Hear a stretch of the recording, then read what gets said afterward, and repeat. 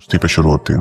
तो क्या हम दोस्त हैं? अम्मा भी आपकी नामान मोहब्बत में भी दोस्ती हो सकती है। मोहब्बत असल वही होती है जो दोस्त चढ़ा रखा है। Is he a servant. CSS किसने अभी एग्जाम बहुत बड़ी सजा झेली है मैंने।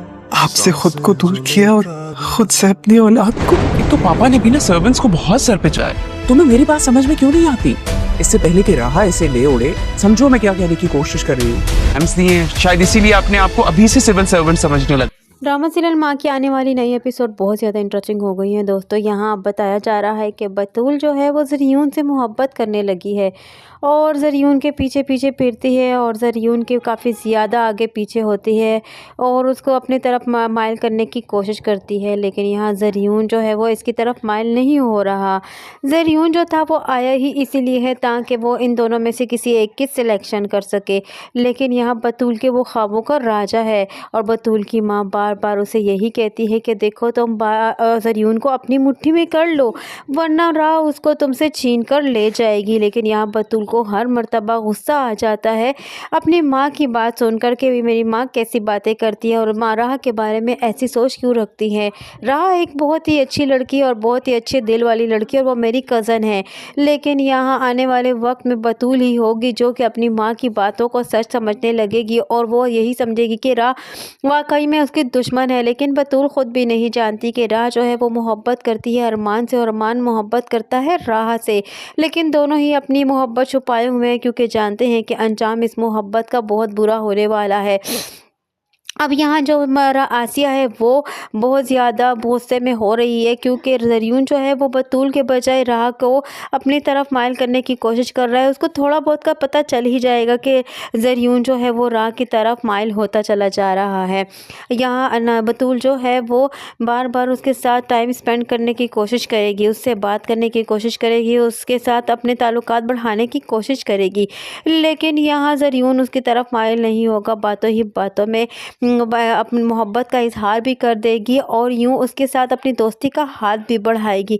हो सकता है कि ना चाहते हुए भी ज़रियून दोस्ती का हाथ बढ़ा दे और हो सकता है कि ज़रियून बहाना भी बना ले। यहाँ ज़रियून जो है वो राह को देखता है अकेले मायूस बैठा हुआ और काफ़ी ज़्यादा अपसेट बैठा हुआ देखता है तो वो उसके पास आता है, उससे बात करने की कोशिश करता है। लेकिन खैर राह अपने दिल का हाल आज तक किसी को नहीं कह पाई जो अपनी माँ को कह सकी थी अनजाने में। लेकिन वो उसके साथ गपशप लगाता है और बातों ही बातों में वो उसके साथ अपनी दोस्ती का हाथ बढ़ा देता है। इसका मतलब कि ज़रियून के दिल में जो है वो राह की जगह होने लगी है पैदा।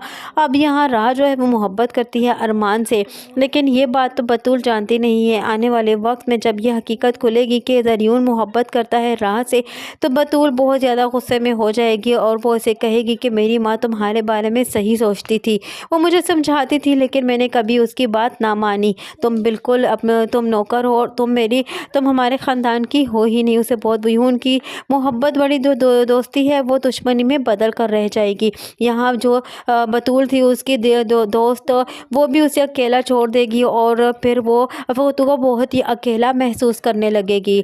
यहाँ राह की माँ जो है अब पछता रही है। अब उसे एहसास हो रहा है कि उसने क्या किया अपनी बेटी के साथ। उसका सारा बचपना अपनी मोहब्बत के बगैर ही उसे गुजरवा दिया। वो याद करती रही अपनी माँ को अपने हर मुश्किल वक्त में, भूखे दिन गुजारे, मार खाई सबकी, बल्कि ख़ास तौर पर आसिया की मार खाई। बाकी सब ने तो उसे बहुत मोहब्बत दी लेकिन वो आसिया में अपनी माँ ढूंढना चाहती थी। लेकिन आसिया ने उसे कभी भी वो ममता ना दिखाई जो वो चाहती थी देखना।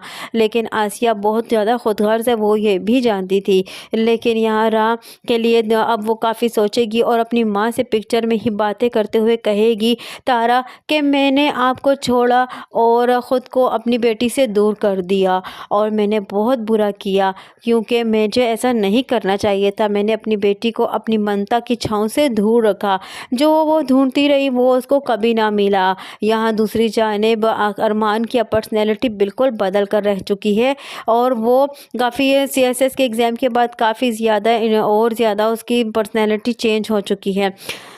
यहाँ ज़रियून जो है वो अरमान को घर का फ़र्द समझेगा और वो मालिक ही समझेगा।